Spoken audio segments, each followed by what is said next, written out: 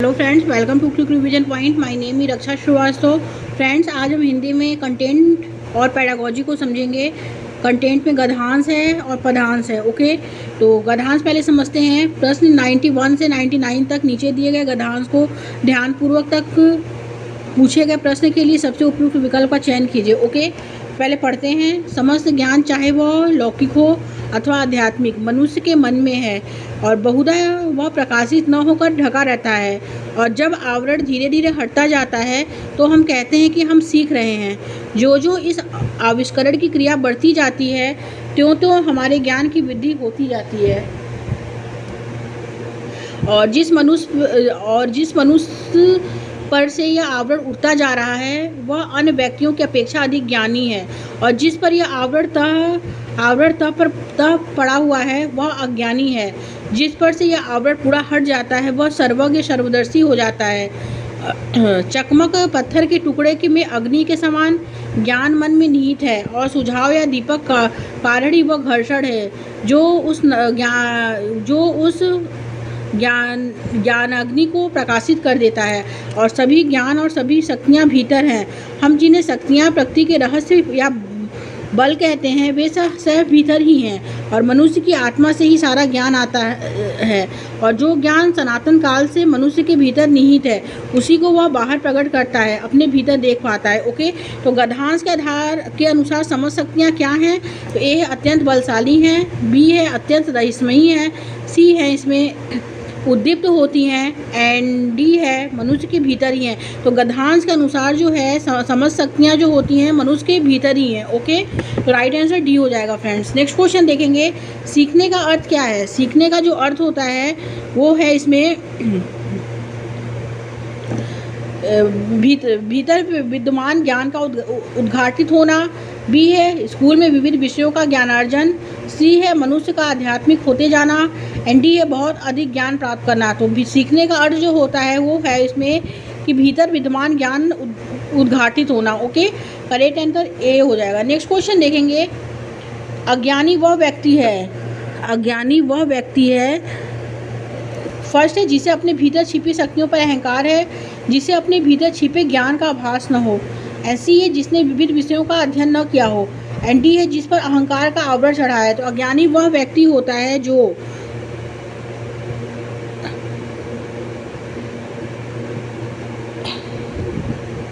जिसे अपने भीतर छिपे ज्ञान का क्या हो? आभास हो।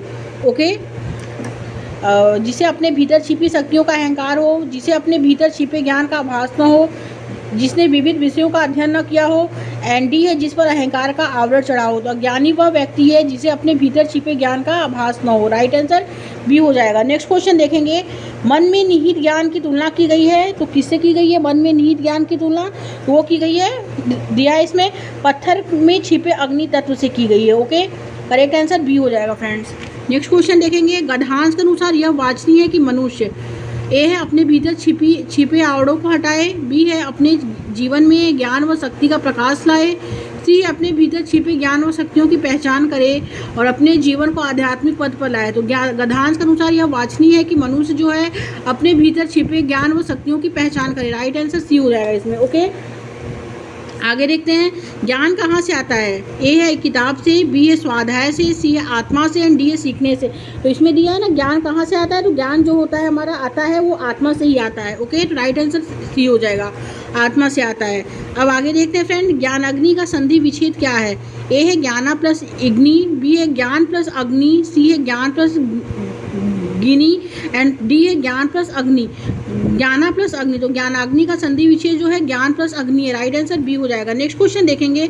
समूह से भिन्न शब्द कौन से हैं? ए है उद्दीपक, बी है लौकिक, सी आध्यात्मिक, एंड डी है प्राकृतिक। समूह से भिन्न शब्द जो होते हैं वो उद्दीपक हैं। राइट आंसर ए हो जाएगा। Okay, next question.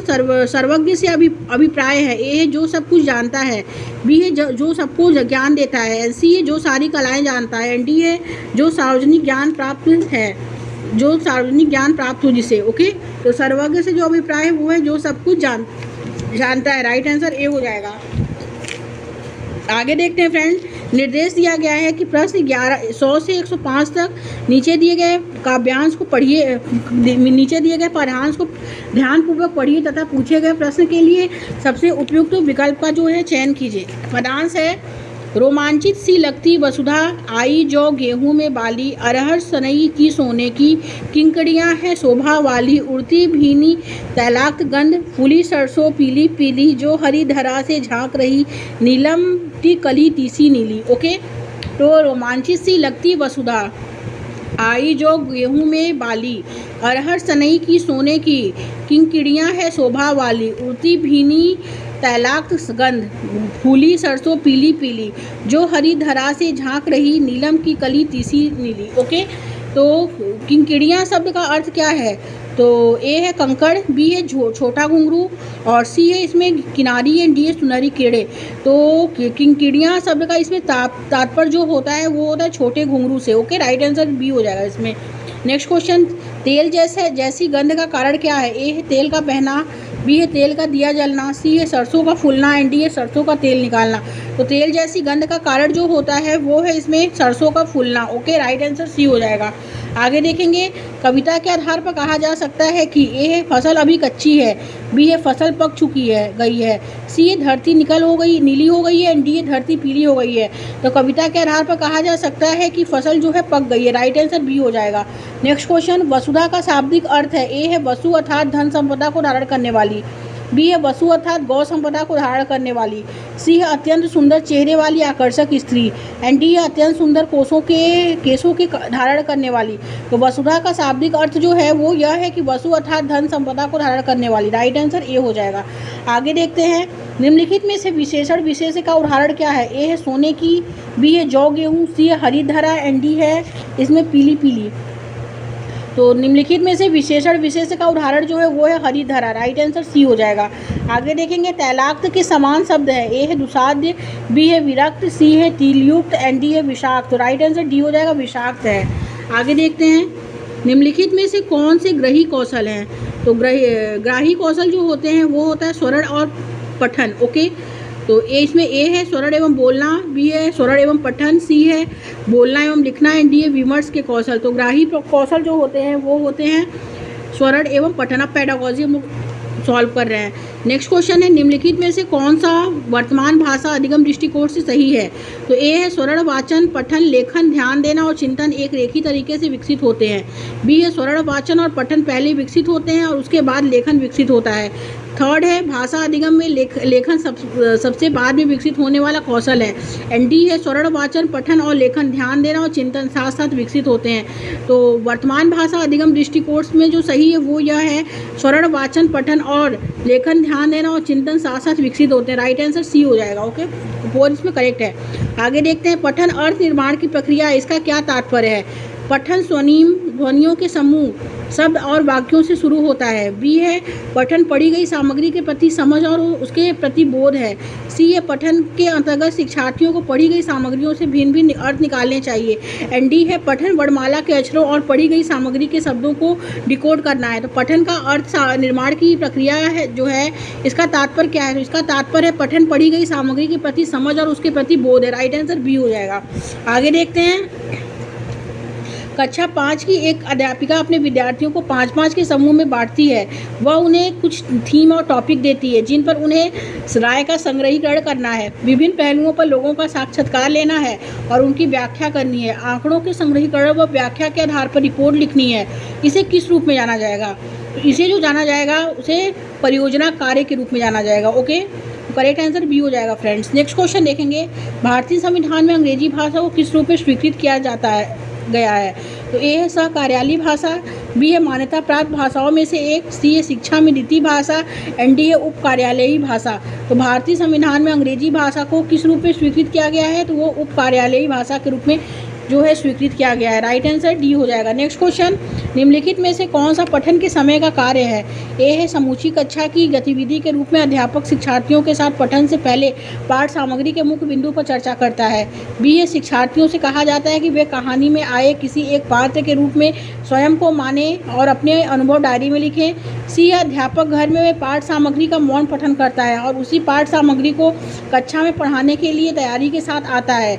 And D है कक्षा को 4-4 के समूह विभाजित किया जाता है और बारी बारी से पठन सामग्री का पठन किया जाता है। अध्यापक बच्चों को पाठ सामग्री को समझने के लिए डिकोडिंग से सुगमता प्रदान करता है। तो निम्नलिखित में से कौन सा पठन के समय का कार्य है? तो वो यह है कि कक्षा को 4-4 के समूह में विभाजित किया जाता है और बारी बारी से पठन सामग्री का पठन किया जाता है। अध्यापक बच्चों को पाठ सामग्री को समझने के लिए डिकोडिंग में सुगमता प्रदान करता है। ओके, तो राइट आंसर इसमें डी हो जाएगा फ्रेंड। नेक्स्ट क्वेश्चन देखेंगे, भाषा क्या है? ए है व्यवस्थाओं की व्यवस्था है, बी है व्याकरणिक व्यवस्था है, सी है एक वैज्ञानिक व्यवस्था है, एंड डी है सामाजिक संस्था है। तो भाषा जो है वो व्यवस्थाओं की व्यवस्था है। राइट आंसर ए हो जाएगा। आगे देखते हैं, रूप फॉर्म आधारित उपागम के माध्यम से भाषा के व्याकरणिक पहलुओं का अध्ययन क्या अर्जित करता है? तो ए है कार्यविधि ज्ञान, बी है घोषणात्मक ज्ञान, सी है विषय वस्तु का ज्ञान, एंड डी है वस्तु ज्ञान। तो रूप फॉर्म आधारित उपागम के माध्यम से भाषा के व्याकरणिक पहलू का अध्ययन जो अर्जित करता है वो घोषणात्मक ज्ञान को अर्जित करता है। राइट आंसर बी हो जाएगा।